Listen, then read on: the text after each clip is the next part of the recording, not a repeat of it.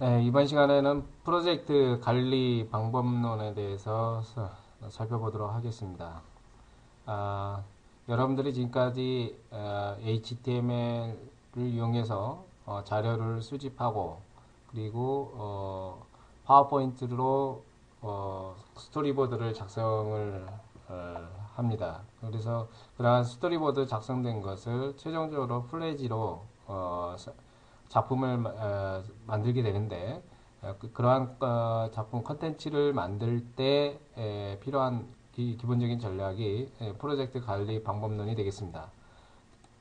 어, 그래서 이번 시간에는 프로젝트 이런 관리를 어떻게 하는지 일반적인 개요와 그리고 요구 분석, 교수 설계 그리고 마지막으로 개발 실제를 보여드리도록 하겠습니다. 컨텐츠 개발할 때 기본 개발 절차는 가장 많이 사용하는 것이 AD 모형입니다. AD 모형은 분석, 설계, 개발, 실행, 평가의 과정을 거칩니다. 분석 과정에서는 사용자들이 요구하는 내용이 뭔지 분석하는 게 가장 중요하고요. 그래서 보통 이제 발주자들 이번 수업 같은 경우는 제가 발주자가 되겠죠. 제가 요구하는 것이 무엇인지를 여러분들 분석을 해야 되는 거고 그 다음에 실제 할 내용, 프로젝트를 진행할 내용이 무엇인지를 분석해야 됩니다. 그 다음, 이 프로젝트를 통해서 사용하는 사용자, 자, 여러분들 같은 경우는 컨텐츠를, 교육용 컨텐츠를 개발하게 되기 때문에 그 학습자가 하나의 사용자가 되겠죠. 그런 사용자의 분석을 하고, 그 다음에 사용자가 실제 이 컨텐츠를 어디에서 사용할지에 대한 학습 환경을 분석하게 됩니다. 이렇게 분석을 하고 나면 그 결과물로서 요구 분석서라는 게 남게 되고요. 이러한 요구 분석서에 따라서 스토리보드를 작성하게 됩니다. 그 스토리보드를 작성하는 것이 바로 설계 단계입니다. 설계 단계에서 구체적인 내용은 교육용 컨텐츠의 경우 구체적인 행동 목표가 무엇인지 이 수업을 통해서 내지는 그 컨텐츠를 보고 나서 어떠한 목표를 달성해야 될 것인지를 구체적으로 진술하게 되고요. 그러한 그 목표 진술이 끝난 다음 그러한 목표가 제대로 달성되는지를 평가할 수 있는 평가 도구를 설계하게 됩니다. 그리고 실제 컨텐츠 내에서 교수학습 전략과 매체들을 선정하고 결정하는 그런 절차를 가지며 그러한 절차 과정들이 녹여서 들어가 있는 부분이 스토리보드가 되겠습니다. 그 다음 세 번째 단계로 개발 단계가 되는데요. 개발 단계에는 보통 그 분석과 설계 단계까지는 교수 설계 전문가가 진행을 하게 되지만 개발 단계는 사실 교수 설계 전문가가 아닙니다. 그냥 그 프레지라든가 플래시 이런 툴들을 잘 다루는 프로그래머라든가 개발자들이 해당되겠죠. 그래서 그러한 개발자들은 설계자들이 작성해준 스토리보드를 통해서 교수 자료를 개발하게 되고 그리고 미디어, 즉 다시 말해서 비디오라든가 각종 이미지 파일, 그 다음에 동영상 자료들을 촬영하고 그것을 수정 보완하는 그러한 역할을 하게 됩니다. 그래서 각각의 이러한 교수학습 자료와 미디어들을 하나의 컨텐츠에서 포함하는 프로그래밍 작업이 진행이 되죠. 그 다음 이렇게 개발된 것은 테스트의 과정을 거치게 되는데요. 그게 바로 이제 실행 과정이 되겠습니다. 실행 과정을 통해서 단위 테스트나 종합 테스트 그리고 최종적인 검수, 수정, 보완의 과정을 거치게 됩니다.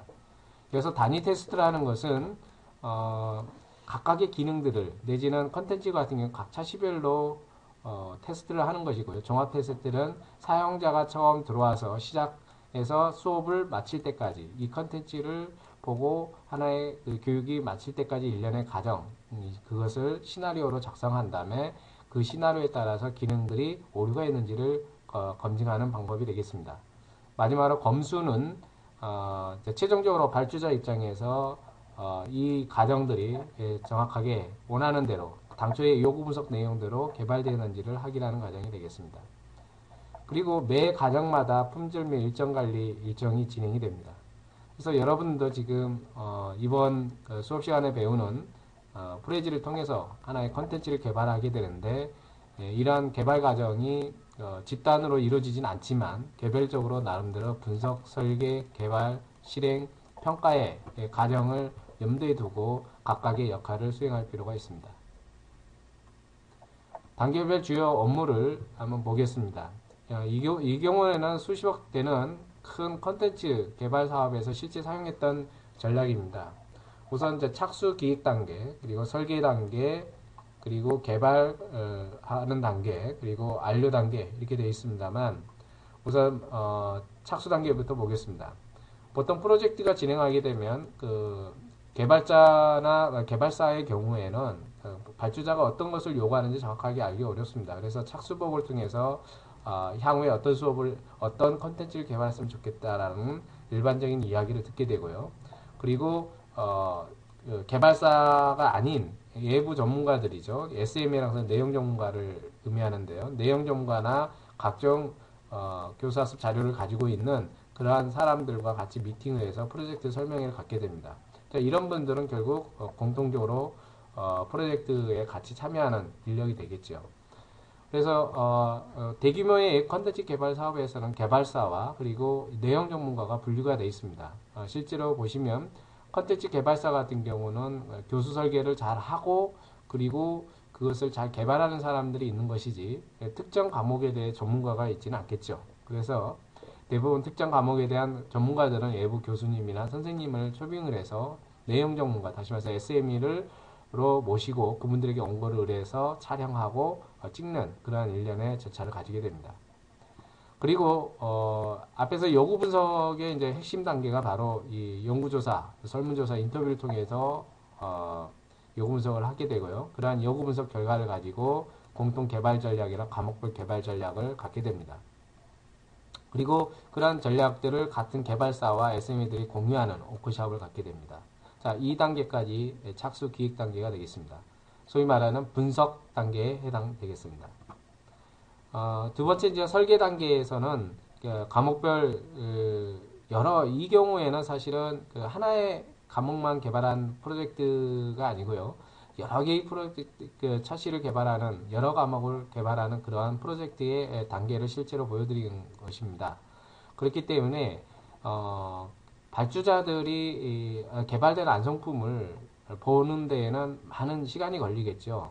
몇 개월 뒤에 다 개발되고 나서 보게 되기 때문에 그랬을 때 문제가 생기면 다시 수정하는 데 상당히 어려움이 있을 겁니다. 그래서 보통 컨텐츠를 개발할 때는 그 샘플에 해당되는 프로토타입, 다시 말해서 원형, 컨텐츠 원형을 먼저 개발을 하고 그 원형을 가지고 전체적인 과목의 모습을 보게 됩니다. 그래서 설계 단계에서 1차적으로 과목을 강의 계획서를 작성하고 원고 작성하고 스토리보드 작성하고 디자인을 해서 하나의 주간부서 컨펌을 한 다음에 컨텐츠를 하나를 만들고 그것을 내부 컨텐츠 전문가 내지는 교육 전문가들과 평가회를 가지고 하나의 프로토타입을 완성하게 됩니다.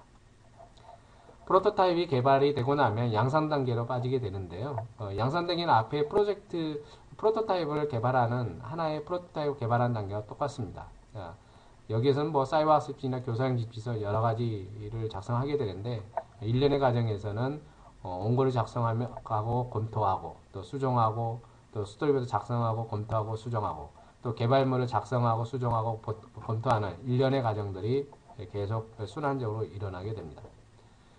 이 단계에서는 양산 단계에 빠지기 때문에 사실 프로토타입만 잘 만들어지면 이런 양산 단계에서 생기는 문제들은 크게 발생되지 않을 수 있습니다. 그리고 마지막으로 이렇게 최종적으로 산출물이 납품이 되고 그걸 가지고 프로젝트를 완료하게 됩니다. 일부의 경우는 교육용 컨텐츠 품질 인증을 요구하기도 하죠. 이와 같이 컨텐츠를 실제로 대규모 수억짜리 되는 프로젝트에서는 이렇게 진행을 하게 됩니다. 하나의 이제 이런 프로젝트가 진행됐을 때 조직 체계를 보여드리고 있는데요. 발주자가 있고 전체 프로젝트 책임자가 있고 그 다음에 프로젝트 관리자인 PM이 있습니다. 그리고 PM 밑에 이제 그 과목별 담당자와 개발, 그리고 미디어, 동영상 촬영하는 팀들이 되겠죠. 그리고 시스템 지원팀. 왜냐하면 컨텐츠와 이제 시스템이 연동이 돼서 사용자에게 보여줘야 되기 때문에 그러한 지원자들이 필요합니다. 그리고 품질 관리하는 조직들이 필요하고요. 그래서 일원인 전문가나 외부 전문가, 내부 전문가들이 프로젝트 팀에서 품질 관리를 해줍니다. 그리고 발주자 입장에서는 이 업체에서 개발하는 내용만 믿을 수 없기 때문에 외부 전문가들을 통해서 평가위원회나 검토위원회를 거쳐서 최종적인 각 프로세스마다 컨펌 작업을 진행하게 됩니다. 구체적으로 조직의 역할 다시 한번 보겠습니다. 내용 전문가들은 강의 기획서 작성하고 원고 작성하고 동영상 직접 촬영하는 것이 가장 큰 일이겠고요. 그리고 원고를 작성한 사람하고 별도로 또 내용 전문가 검토자를 따로 두기도 합니다. 그래서 한 사람에게 맡기기는 어려움이 있기 때문에 다른 원고를 제필하지 않는 다른 사람에게 똑같은 과목의 전문가들에게 원고를 검토를 해서 상호 보완할 수 있도록 진행을 하죠. 그리고 이 교수 설계자는 실제 개발 업체의 전문가가 되겠습니다. 이분들이 이런 원고를 보고 하나의 스토리보드를 만들게 됩니다. 그래서 그 스토리보드에 따라서 컨텐츠 개발자들이 개발을 하고 미디어 개발자들이 촬영하고 수정하는 일련의 이런 작업을 진행하게 됩니다. 품질 관리는 각 단계마다 여러 역할을 하게 되는데 보통 이제 검토위원이라든가 전문위원 내지는 내부 외부 평가위원들을 모시고 각 단계별로 진행을 하게 됩니다. 일정 관리는 다음과 같습니다. 소위 말하는 WBS라고 하는데요. 그 각 프로세스마다 시작 날짜, 안료일을 체크하면서 전체적인 일정을 관리하게 됩니다. 두 번째로 요구 분석에 대한 내용을 살펴보겠습니다. 요구 분석 크게 네 가지 방법을 제시하고 있습니다. 우선 가장 중요한 것이 무엇을 개발해야 될지에 대한 교과 내용을 분석하는 게 가장 중요하고요. 그 다음에 사용성 평가라는 것은 유사한 어떤 컨텐츠를 보여주고 실제 사용자들이 어떻게 사용하고 있는가 라는 것을 평가하는 겁니다. 주로 인터페이스에 대한 설계 부분을 담당할 수 있습니다. 그리고 트렌드 분석이라는 것은 컨텐츠에 관련된 개발 기술들이 많이 변하기 때문에 그러한 기술들을 분석해서 최신의 어떤 트렌드를 적용하고자 할 때 사용하게 됩니다. 그 다음에 마지막으로 학습 환경 분석. 실제 사용자가 어떤 환경에서 하는지, 예를 들면 PC로 사용할 것인지 아니면 스마트폰이라든가 스마트 기기를 활용할 것인지에 대해 따라서 내지는 교실에서 사용할 것인지 가정에서 사용할 것인지에 따라서 다르겠죠. 컨텐츠의 모양이. 그런 것들을 분석해서 전체적인 컨텐츠의 프로토타입을 정해 나가게 됩니다. 그래서 우선 첫 번째로 교과 내용 분석에 대한 내용입니다.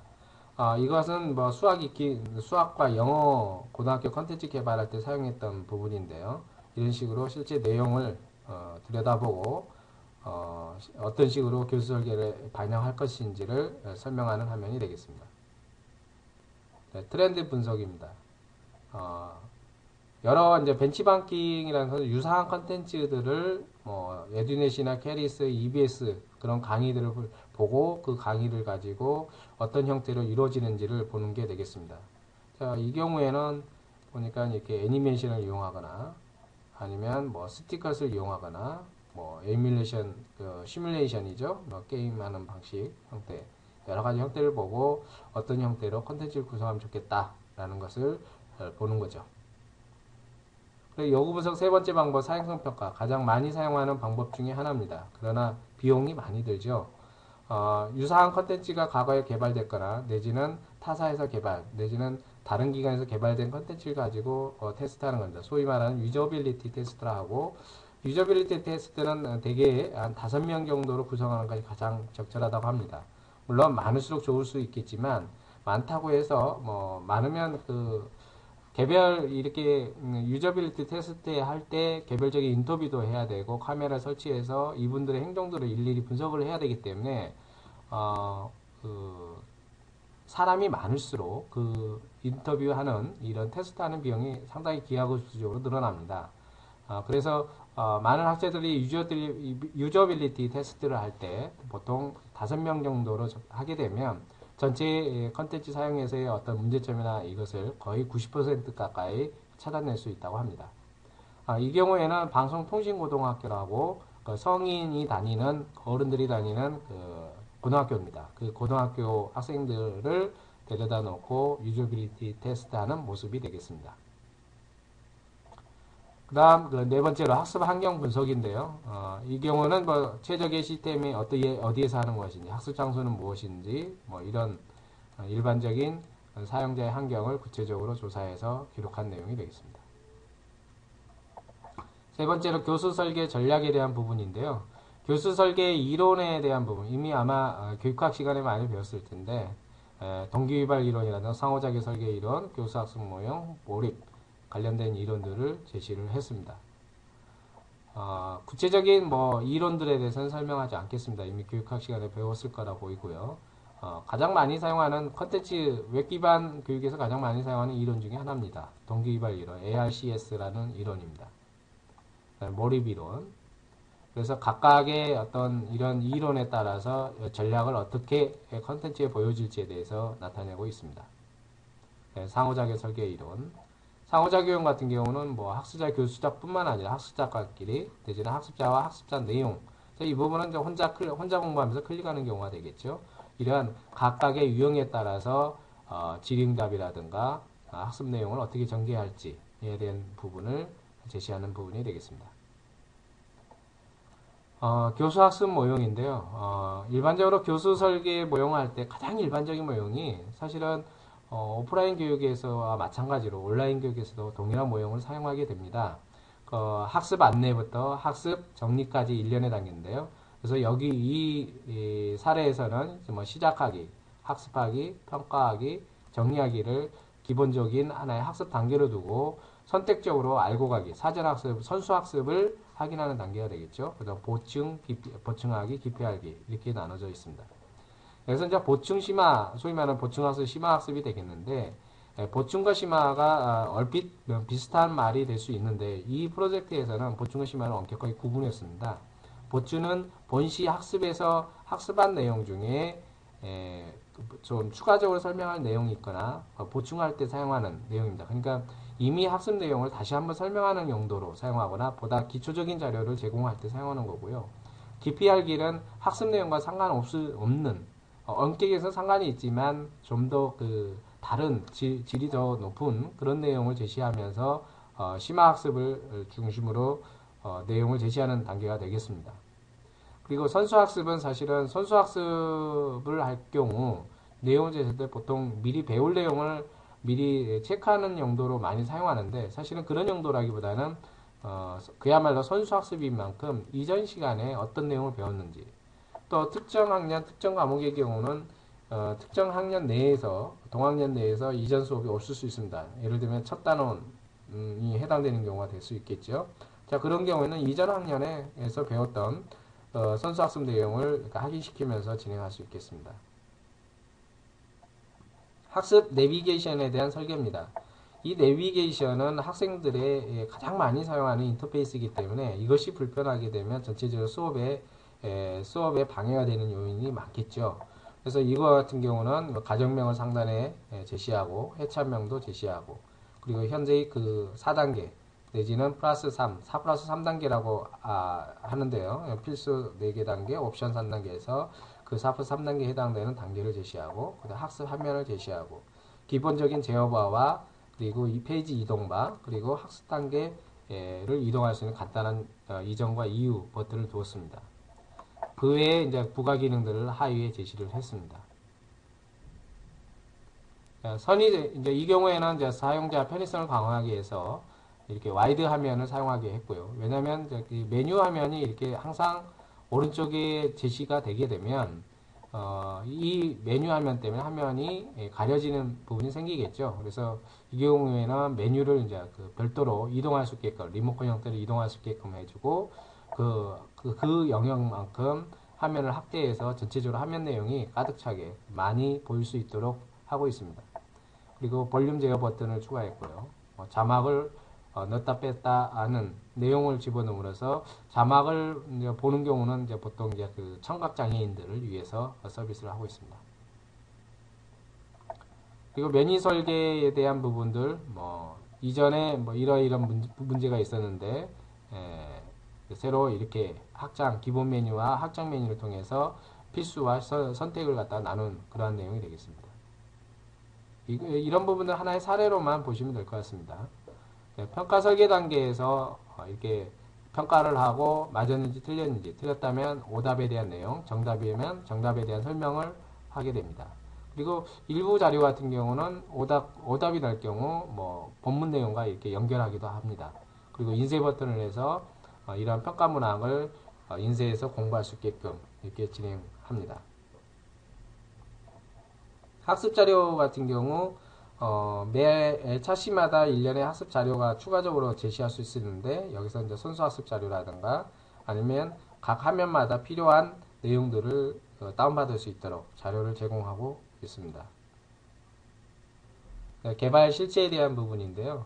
자, 이거는 삶이 즐거워지는 자유부라는 그 방송통신고등학교 사이버교육 시스템에서 개발된 컨텐츠의 실제 사례를 제시한 겁니다.